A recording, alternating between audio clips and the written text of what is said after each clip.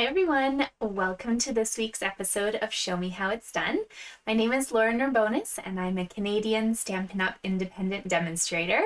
I am so excited to welcome you to my weekly show. So every week I pick a bundle or a product that I want to play with and I show you how I've made the project in front of you. I give you step-by-step directions with all the measurements, and if you have any questions, please feel free to message me afterwards. If you are just wanting to enjoy the video and maybe come back later, I do have all the measurements listed in the description as well, so you can cut all your pieces and then follow along with me as we're doing the tutorial. So for today, I wanted to play with the Warm Welcome Bundle. So this may look a little strange to some of you because it's not actually in any of our catalogs at the moment. This was released early for World Cardmaking Day, which was on October 1st, and Stampin' Up! Played with this set as well as 2 other bundles in a free worldwide tutorial. So if you missed that event like I did, I wasn't able to watch it live, those recordings are available until October 18th, and if you go to my page, Lauren Scraplot, on Facebook or on Instagram, you'll be able to find the link to that video. If you can't find it, message me and I'm more than happy to get it for you. So this bundle I really had to play with because it's going to be coming out in our January to June catalog, but I know lots of you purchased it in anticipation of that event. You played with it and you had a great time, but now you're wondering what to do with it. So I made this cute little card and I would like to show you how to make that today. So before we do that, I just want to highlight that there are coordinating dies that come with the set. You've got this large door, which is actually this guy here. You've got this inner piece, which is the inside of the door, so that if you wanted multiple colors, like I did, you can use that. And then there's actually another door here where you could use that piece and make a set of doors like this. So it cuts out kind of an embossed rectangle for you. And then all you need to do is add a little doorknob and this little knocker right there, and you have a set of double doors. So this could be really nice if you wanted to kind of maybe wrap a wreath around it, put some greenery for Christmas. I haven't quite played with this one yet, but I wanted to show you how it worked. So those are a set of doors that you can use. And then of course there's all the little pieces that you need to cut out the figurines and everything. There's numbers, so if you wanted to add a little plate with your house number, you could personalize this. And you can also use those little little icons here to fit some of the sentiments like hello, yay, and welcome. So let's get going. I think you're going to enjoy this card. It's very homey, I guess. All right, so I tried to use just products that were in this suite. However, to Christmas it up, if you will, you can always pull in some of the stamp sets that are in our holiday catalog and maybe add a little wreath to the door. You could add a little planter right here, but these are all products that are actually in the suite for the moment. So, card base. This is what we're going to start with. I'm using Evening Evergreen. This is 5 inches by 8.5. And I'm putting a score mark at 4 1/4. Fold that guy in half. And then we're ready to add a little piece to the inside of the card. I always like to have something to write on. So I'm just using plain old basic white. This is going to be 4 inches by 5 1/4. And of course, whatever adhesive you're most comfortable with, you're going to use now to put that inside. So I've got my double-sided tape. You can use seal or you can use glue, whatever works for you. Oh, thanks, Tanya. I'm glad that you like it. I have my chat working today. If you're here, feel free to say hi, comment as we're going. Sometimes I can't see it while we're live, and then it like shows up at the very end after I click stop streaming, and I feel so bad because I haven't answered any of you. But I see comments today. All right, now on the front, I have another piece of basic white. This one is also 4 inches by 5 1/4. However, I have used one of my favorite embossing folders, the Brick and Mortar, and I have done a little brickwork on here. So you can attach this right now to the card if you'd like, or if you want a little bit of a kind of natural wood look, you can grab a blending brush and a light brown. So either crumb cake or Sahara sand would be the one that you'll want, and put it on some scrap. And then all you're gonna do is just gently take your blending brush in nice little circles and even tap off some of that extra and just go very quickly over some of those really raised sections. The blending brush is going to add just the tiniest little bit of colors to those sections, and it'll make it look like you've got kind of authentic brick house. So you don't need this all over the place, just on a couple spots where you want a little bit of shading. So that's one option. You can also leave it white. It looks beautiful that way too. But a little brownish, even a gray tone would probably be fine here too. So completely up to you if you want to add that. So it's very subtle. You can barely see it on my sample, but it does add just a tiny little bit of kind of reality to your project, I guess. Because nobody's house is perfect and white. Come on, admit it. Your house has dirt just like mine does. All right, this one I'm going to attach with flat adhesive to the card front. So I've got my nice double-sided tape going, and we're going to add that to the front of our card. There we go. Which side? No, look at this. Okay, so that is good. Now we can start decorating. So I've decided I want something that kind of looks like a little bit of decor on the bottom of my page. So it could be kind of part of your house, or it could be the inside of your house, maybe some trim. So what I did was I went to my scrap pile, and I've been playing with the Lights Aglow paper, and I have just, let me show you, tons of scraps from projects that I'm making for my all-day retreat at the end of the month. So I grabbed one strip of that. It measures 3/4 of an inch by 5 1/4. And I'm going to add this to the bottom of my project. That one is going on with tape again. Just very simply. You can use any pattern you have, any color scheme, but I have been playing a lot with that, and I don't like my scraps going to waste. So there we go. So now we're done with this guy for a few moments because we have to work on assembling our little scraps, okay? So let's get that out of our way. And we're going to start with a piece of scrap cherry cobbler. And that is what I'm going to stamp my large doorway on. And I'm actually going to use cherry cobbler ink for that as well. If you don't have this, you can use black or early espresso or even basic gray. All of those will give you kind of a dark, nice doorway look. We're going to stamp this. Beautiful. I think it goes that way. And then we'll have to find the coordinating die in our set to be able to actually cut that out. So I would grab my cut and emboss machine and this large die, and I would roll it through and cut out my magical door. Okay, I'm just going to have that done for you guys today. So there's my magical door. Let's pretend I've done it.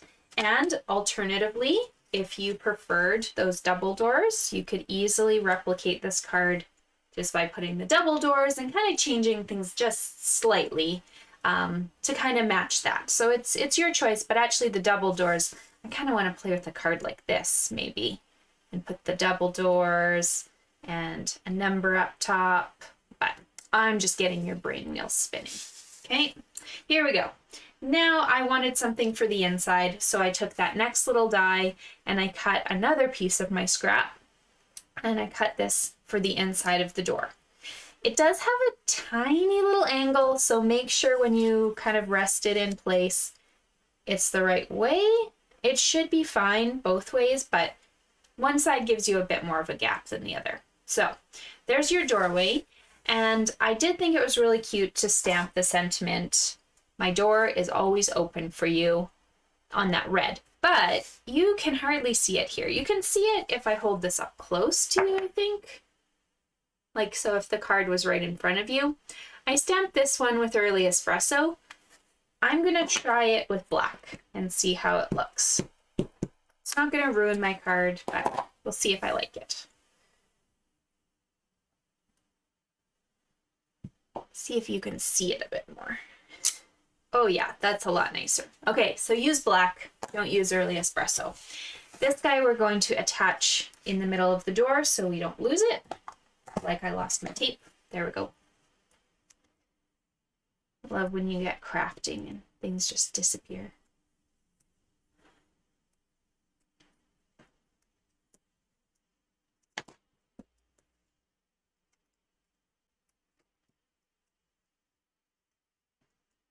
Perfect.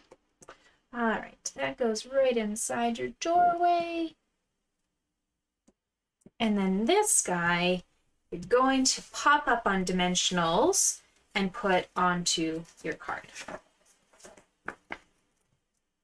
Also, so it's out of your way and you don't end up accidentally losing it somewhere.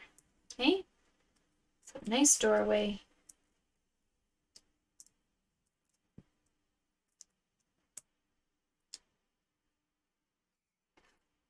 And I put this just on the left-hand side of my card. So I've got kind of a tiny border on the left and then the tiniest border on the top and the bottom. Okay, so there's your door. It looks pretty cute, but I thought, hey, let's fill in this space as well. So there's some really cute dies to be had in your set, one of which is this little rectangle. It's stitched, and I found out actually you can use it like I did here for this tag, or if you wanted to have a card that was flipped up, kind of like so, you could use it as a welcome mat, right? Kind of in front of those doors, and then put your numbers up on the top of the door. So your choice. We're going to use it as a sign, and we're going to actually emboss that little sentiment in white embossing powder. So I got my white embossing powder, got my stamp, got my Versamark, and before we do anything, we like to use our little embossing buddy because that gets all the little oils from your finger off. And don't worry, that white stuff will brush off later, but it's just kind of a powder so that only the Versamark section gets embossed. Welcome in Versamark ink, and then before it dries, you want to grab that white embossing powder. And I like to use my little tray here. Tap, tap, tap. Okay. Oh, don't brush that. There we go. There's your welcome word. So you're going to grab your heat tool now and heat this so it turns from a powdery look to something that's really shiny.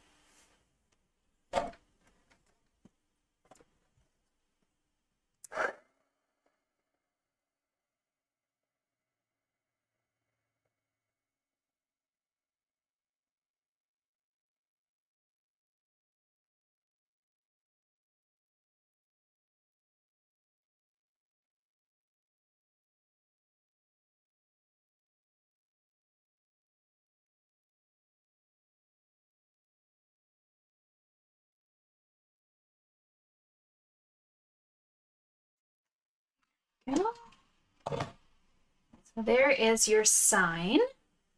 I like to just give it a little brush on a piece of clothes or something to get some of that powder off from the embossing buddy so it looks nice and green again. Okay, and then another die is this adorable little bow. So you can use that for a variety of things. If you wanted to trim these edges, I actually thought it would be a really cute little bow on your kitten, but we're going to use it on the back of our sign. So I'm going to turn my sign over, and I'm just going to tape this right to the back so that I don't need to worry about putting glue on these tiny little bow pieces. Okay, so 2 tiny little pieces of tape. You can even use a glue dot if you want. And you're just going to attach these strings to the base. There we go. Right there. And then it doesn't matter whether they have their backing on or off, because we're going to now put a dimensional on this sign and pop it onto our card. There we go. So I'll just put dimensional over that so it holds it in place.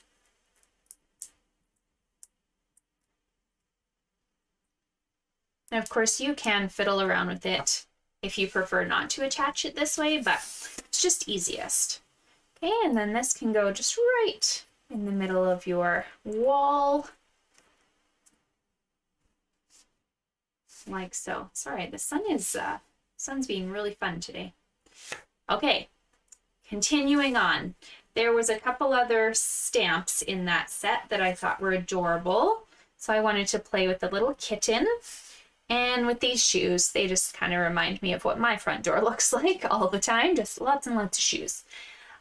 So what I did is I took these stamps and I put them onto crumb cake paper and I stamped with early espresso. So I used a brown ink, which is kind of tying into my card a little bit more than a black would. Okay, and then these just get popped up on dimensionals as well to add to the card. So the kitty, I just put a dimensional kind of by her tail so that part of her face and whiskers can overlap on the doorway there.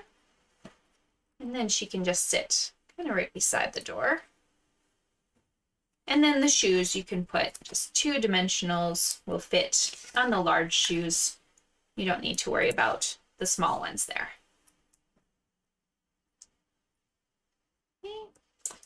Those guys just get added right here. And then to tie it all together, I know there is a stamped doorknob, but we like embellishments, right? So we've got our handy dandy rustic metallic dots. I just took one of those and I used it as my doorknob right there. I just thought it added a little bit of character to the card. And there you have it. Maybe on the inside you would want to stamp something else from the set.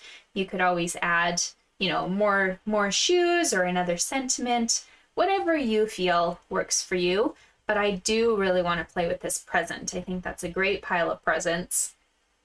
And even these little arms are cute. So lots of potential in this set, but I figured we need a few kind of just generic welcome cards, and this was perfect for me to have.